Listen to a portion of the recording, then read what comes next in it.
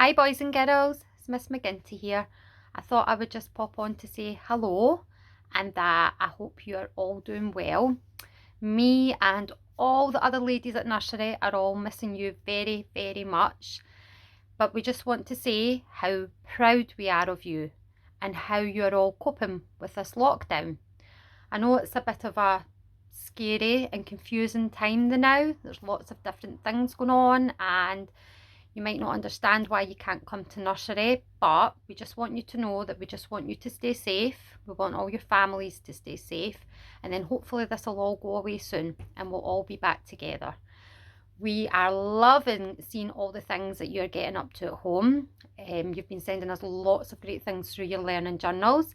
Lots of baking, playing with toys, doing different activities and going out in nature walks and having adventures, and we love it.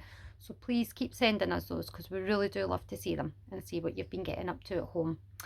So what I thought I would do today is I thought I would read you a little story. I know how much you all love stories at nursery and looking at all the different pictures and seeing what all the different characters get up to. So the book that I've chose today is one of my favourite. It's about a witch called Winnie and her cat Wilbur. And they're always getting up to naughty things and getting into trouble and being a bit mischievous. And the book I've chose it because when I looked out my window today, it was snowing again, which is great. I absolutely love the snow and it's great to get outside in it. So this is about Winnie and Wilbur in winter. So what I'm going to do is I'm going to turn the camera so that you can look at the book and see the pictures. And I hope you enjoy the story. Okay.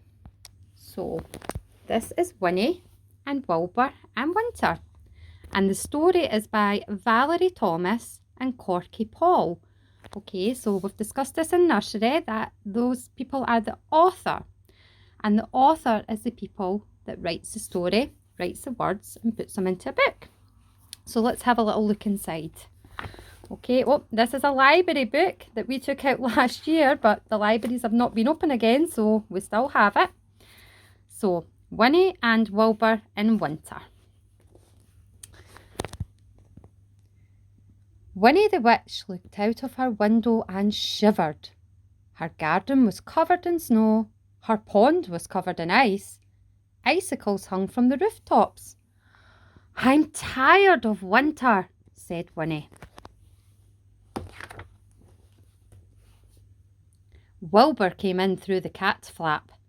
His feet were wet and his whiskers were frozen.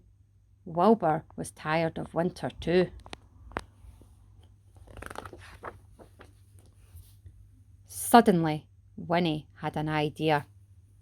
She stopped what she was doing, took down her big book of spells and read it carefully. Then she put on her woolly coat, her fluffy hat, her snow boots, her gloves and her scarf. She picked up her wand and she went outside. Wilbur already had a fur coat on, so he went outside too. He thought something exciting might happen and he wanted to watch. Winnie shut her eyes, then she stood on tiptoe, counted to 10, waved her wand 5 times and shouted, "Abracadabra!" And something magical happened.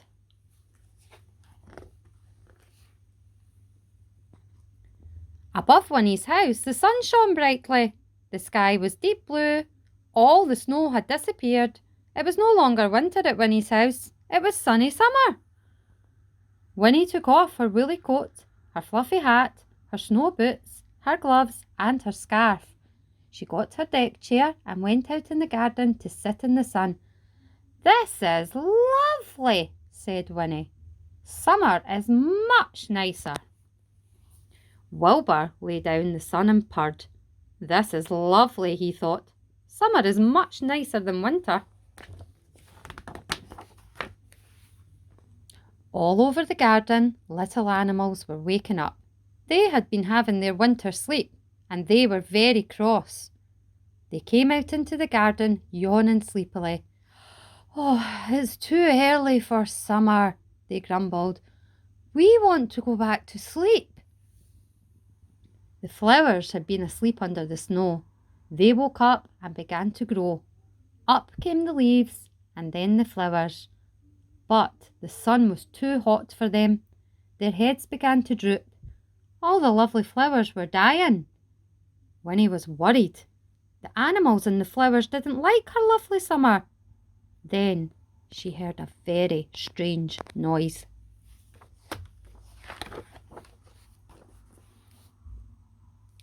Winnie turned around, and there, behind her, was a great crowd of people. They were running along the road towards her house. They crowded into her garden. They took off their coats, their hats, their boots, their gloves, and their scarves. They sat in the sunshine. They walked on Winnie's flowers. They put orange peel on Winnie's grass, and they paddled in Winnie's pond. Soon there was no room for Winnie and Wilbur in the garden. They went inside and looked out of the window. The noise was horrible. The mess was horrible. Winnie's lovely summer was horrible. Then Winnie heard another strange noise, a tinkling noise. Somebody was selling ice creams in her garden. Winnie was furious. She grabbed her wand, she rushed outside, she stamped her foot, shut her eyes, counted to 10, waved her wand 5 times and shouted, "Abracadabra!" The sun disappeared, the blue sky disappeared, and the snow began to fall. The people put on their coats, their hats, their boots, their gloves, and their scarves and rushed home.